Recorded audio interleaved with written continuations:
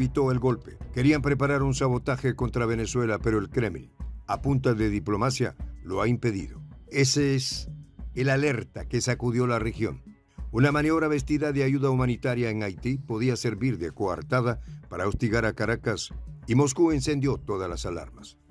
La señal de peligro nació en el Consejo de Seguridad con la resolución 2793, impulsada por Estados Unidos y Panamá. El documento metamorfosea la misión multinacional de apoyo a la seguridad en Haití en una fuerza de represión de bandas. No es un simple cambio de nombre. Abre la puerta a actuaciones con licencia amplia y poco controlables.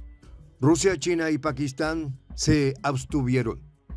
No vetaron, por deferencia a la petición del propio gobierno haitiano y de países vecinos que temen el derrumbe humanitario, pero señalaron vacíos inquietantes. María Zaharova lo remarcó sin rodeos. El texto carece de claridad y en su ambigüedad siembra peligros que trascienden a Haití.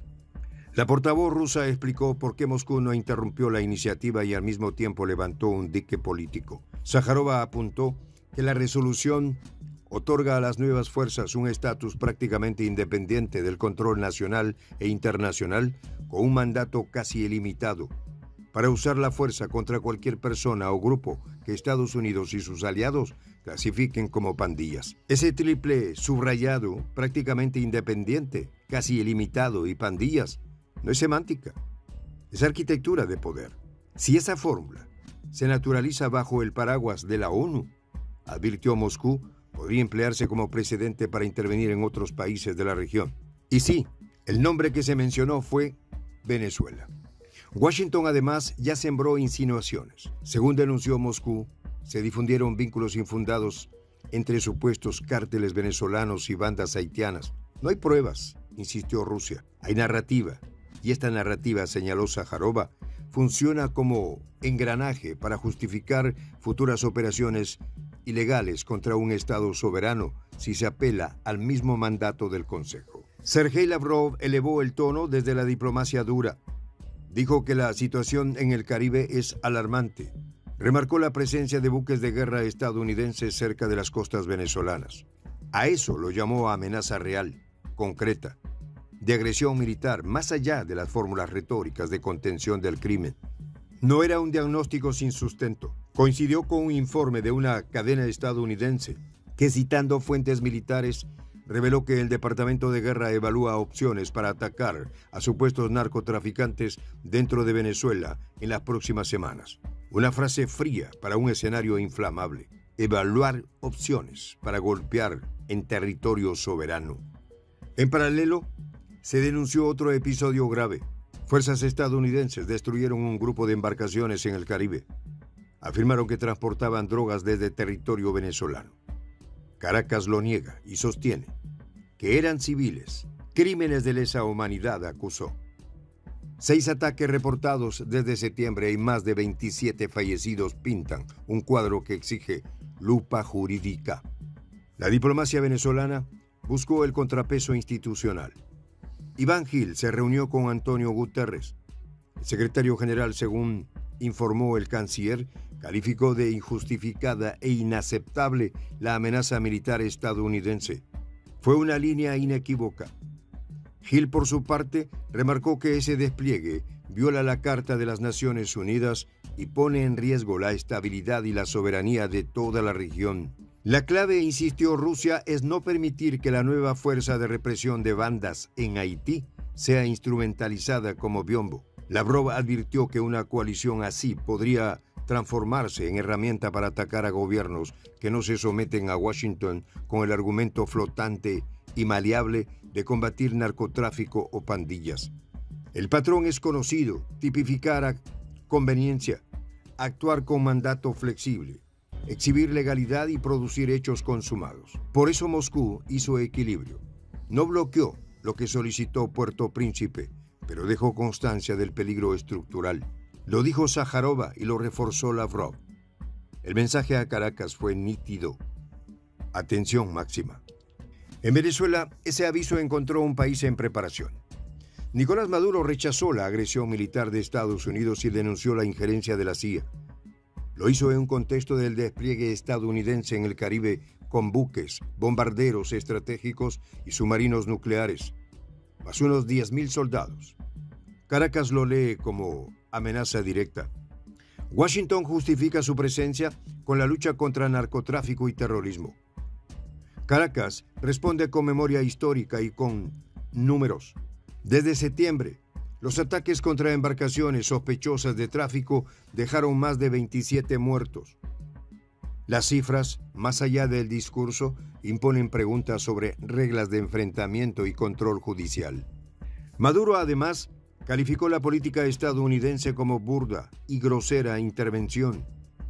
Señaló que la CIA opera con autorizaciones de acciones encubiertas en territorio venezolano y comparó el libreto con los golpes de Estado que azotaron América Latina en las décadas de 1960 y 1970.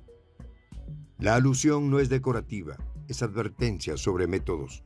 La respuesta interna fue activar el Plan de Defensa Integral Independencia 200. Se trata de una movilización de alcance nacional que involucra a más de 6 millones de ciudadanos, incluida la milicia bolivariana. El objetivo oficial es consolidar la unión cívico-militar y preparar el terreno disuasivo frente a cualquier contingencia. Los ejercicios abarcan defensa aérea, despliegues terrestres y navales. No son una liturgia simbólica. Buscan sincronizar logística, mando, comunicaciones y reglas de actuación en un escenario que, según Caracas, mezcla presión militar con guerra jurídica y mediática. Todo mientras la sombra de la resolución 2793 proyecta dudas sobre su uso fuera de Haití. En Nueva York, la misión permanente de Venezuela ante la ONU anunció que llevará el caso del Consejo de Seguridad y exigirá medidas para evitar la escalada. El encuadre legal, insisten, es claro. La Carta de la ONU, la no injerencia y la prohibición del uso de la fuerza, salvo en defensa o por mandato legítimo y acotado. Del lado estadounidense hay debates. Sectores del Congreso cuestionan operaciones sin autorización legislativa. Otros presionan por mantener acciones contra el gobierno de Maduro. Entre esos pulsos políticos avanza la doctrina de los hechos. Patrullajes, interdicciones, ejercicios navales y mensajes que dejan al Caribe en tensión permanente. Rusia colocó un dique normativo y narrativo.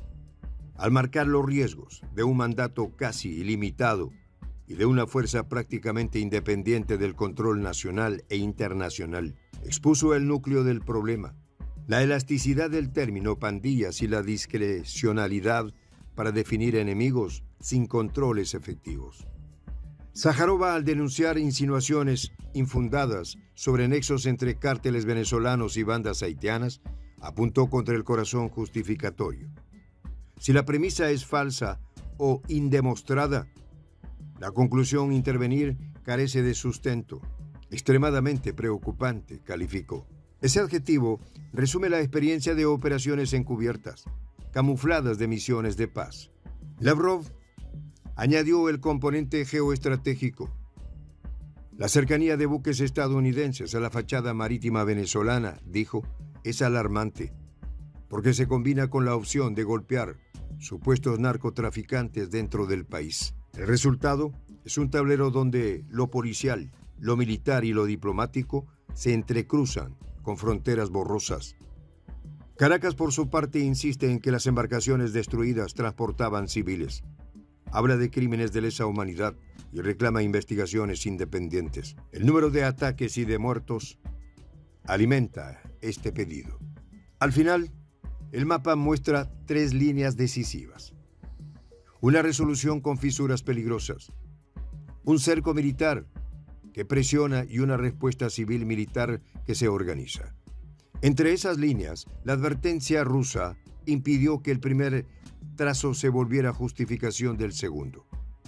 Por ahora, la puerta quedó entrecerrada, pero la vigilancia debe continuar, porque las palabras pandillas y narcotráfico pueden ser reales y también maleables, porque el control prácticamente independiente y el uso de la fuerza casi ilimitado no son compatibles con el espíritu de la Carta.